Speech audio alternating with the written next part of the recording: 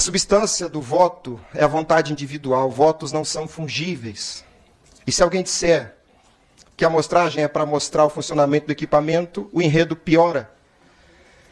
Porque olhar o que uma máquina faz não significa que eu sei o que a outra máquina faz.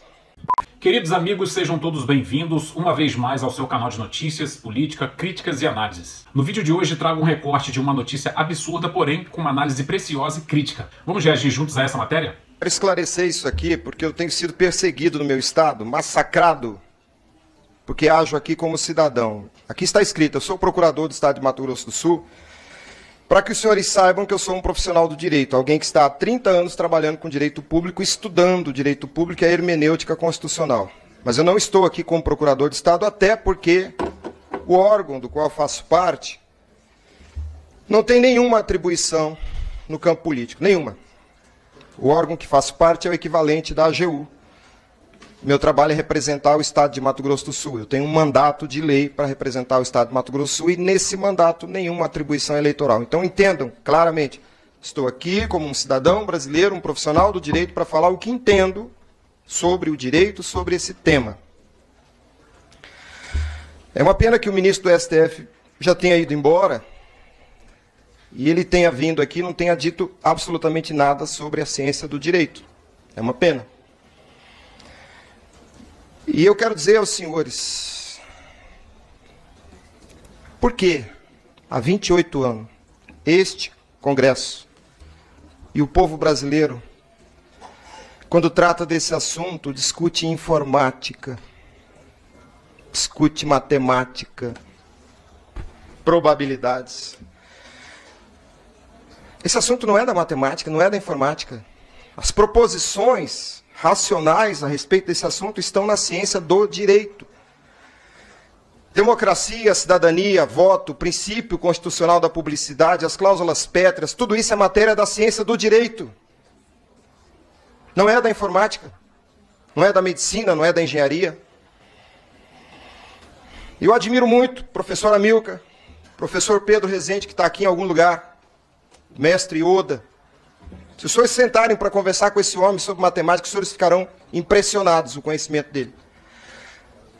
Mas o Estado não se constitui dessa disciplina. O Estado está na ciência do direito. E o que os ministros do STF tratam, ao repelir o que os senhores fazem nessa casa, tratam por meio de falácias jurídicas. Se as proposições que orientam o trabalho dessa casa são orientadas pela matemática e pela informática, é muito fácil para eles refutarem o que os senhores fazem aqui.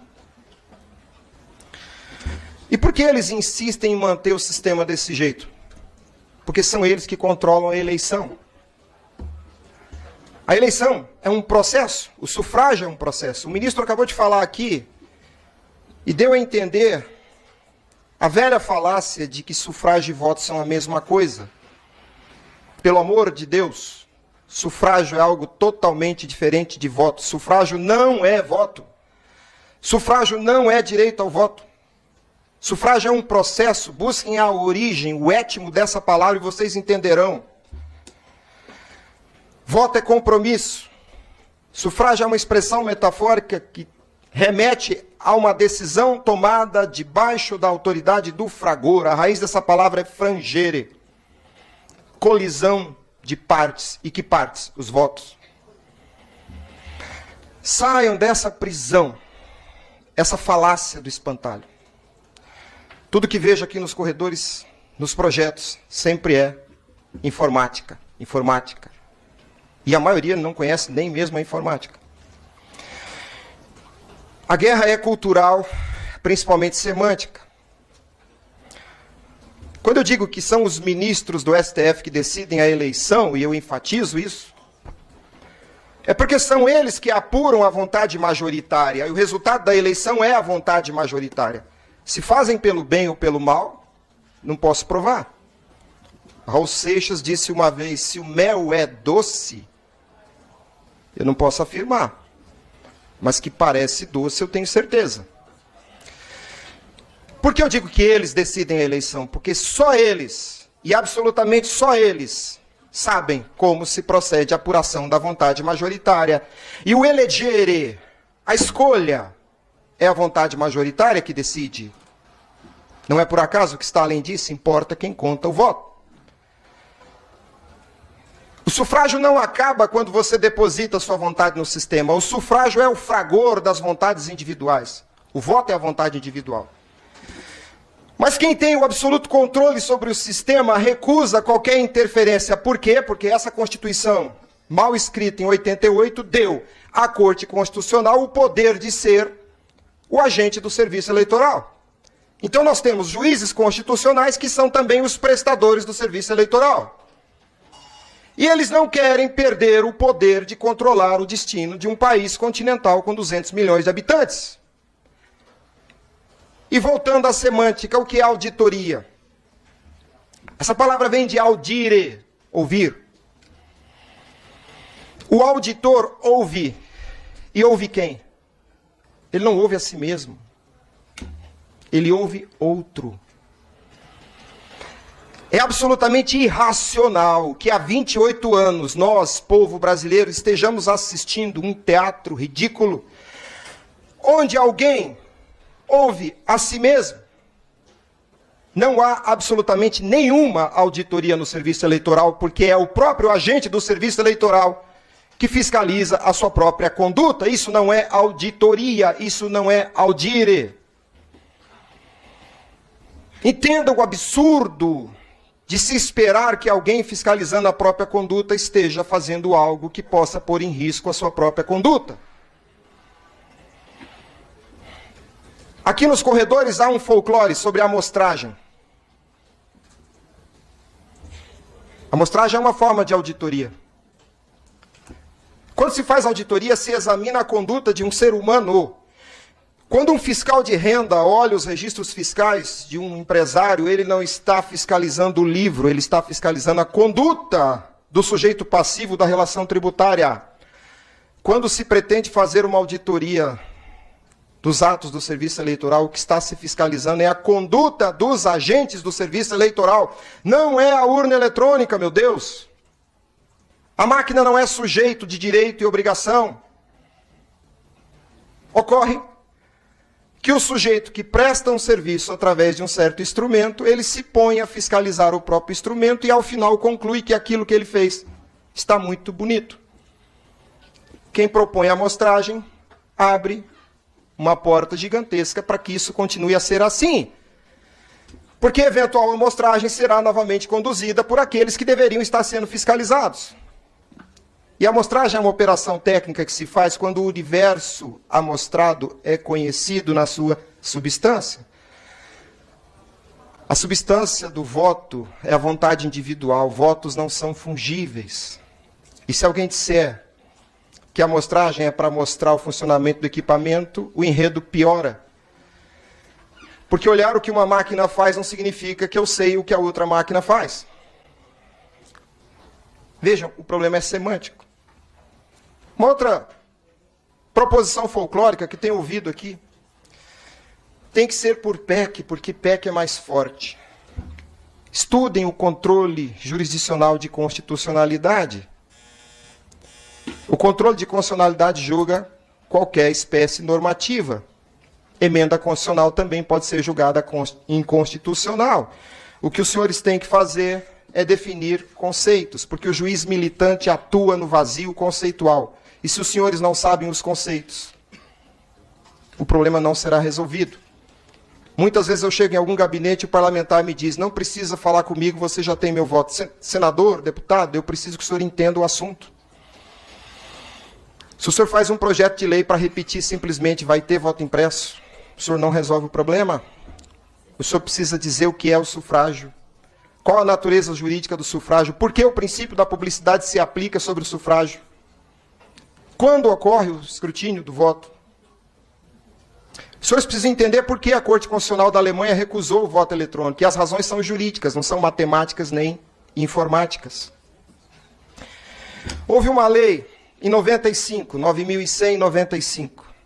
10.402, 2002, ambas prevendo voto impresso. Depois, 10.740, 2003, criando a virtualização do voto. Depois uma nova tentativa em 2009, 1234, 2009, depois em 2015, 1365, 2015. E o que essa norma dizia? Vai ter voto impresso.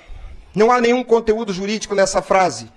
Este Congresso recentemente tomou uma atitude inteligente quando tratou do tema do marco temporal. Este Congresso definiu o instituto jurídico. Os senhores fazem fonte da lei.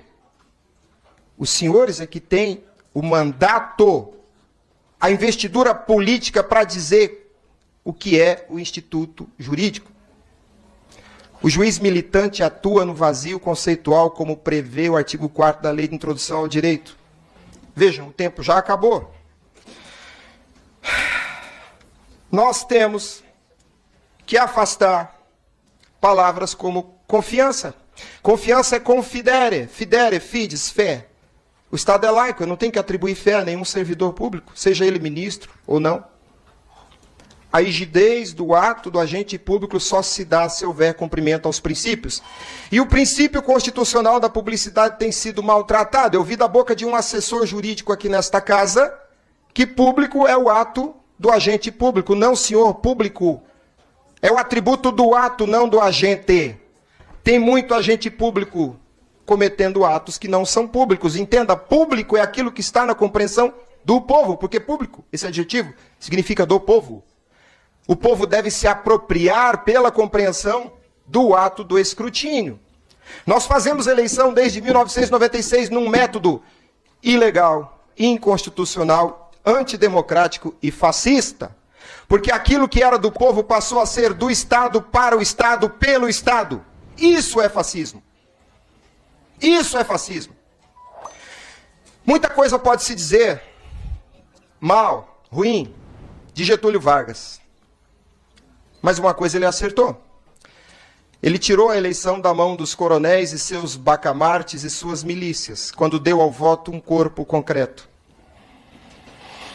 Em 80, reiniciaram a tentativa de tornar o voto virtual apenas potência. Brizola começou essa luta. Brizola.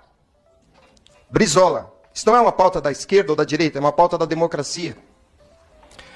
Se o voto é eletrônico, senhores, o voto é feito de elétrons. Nenhum ser humano nesta sala tem nenhum sentido atribuído por Deus que lhe permita conhecer elétrons. E há uma cláusula em qualquer constituição.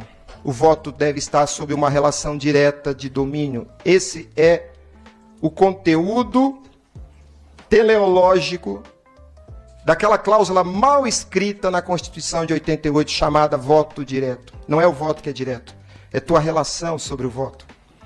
Você não estabelece uma relação direta de domínio sobre um punhado de elétrons. É por isso que Israel dá ao voto um corpo concreto. Por que eu estou citando Israel? É a ponta da tecnologia no mundo. Senhores, se o voto não tem corpo, matéria, ele não existe. Sabe por que eles dizem que não há fraude, nem há prova de fraude? E eles têm razão. Porque o próprio voto não existe nesse sistema. Não dá para falar isso aqui em 10 minutos. Isso aqui é uma aula de 5 horas sobre semiótica, semântica, etimologia, hermenêutica constitucional.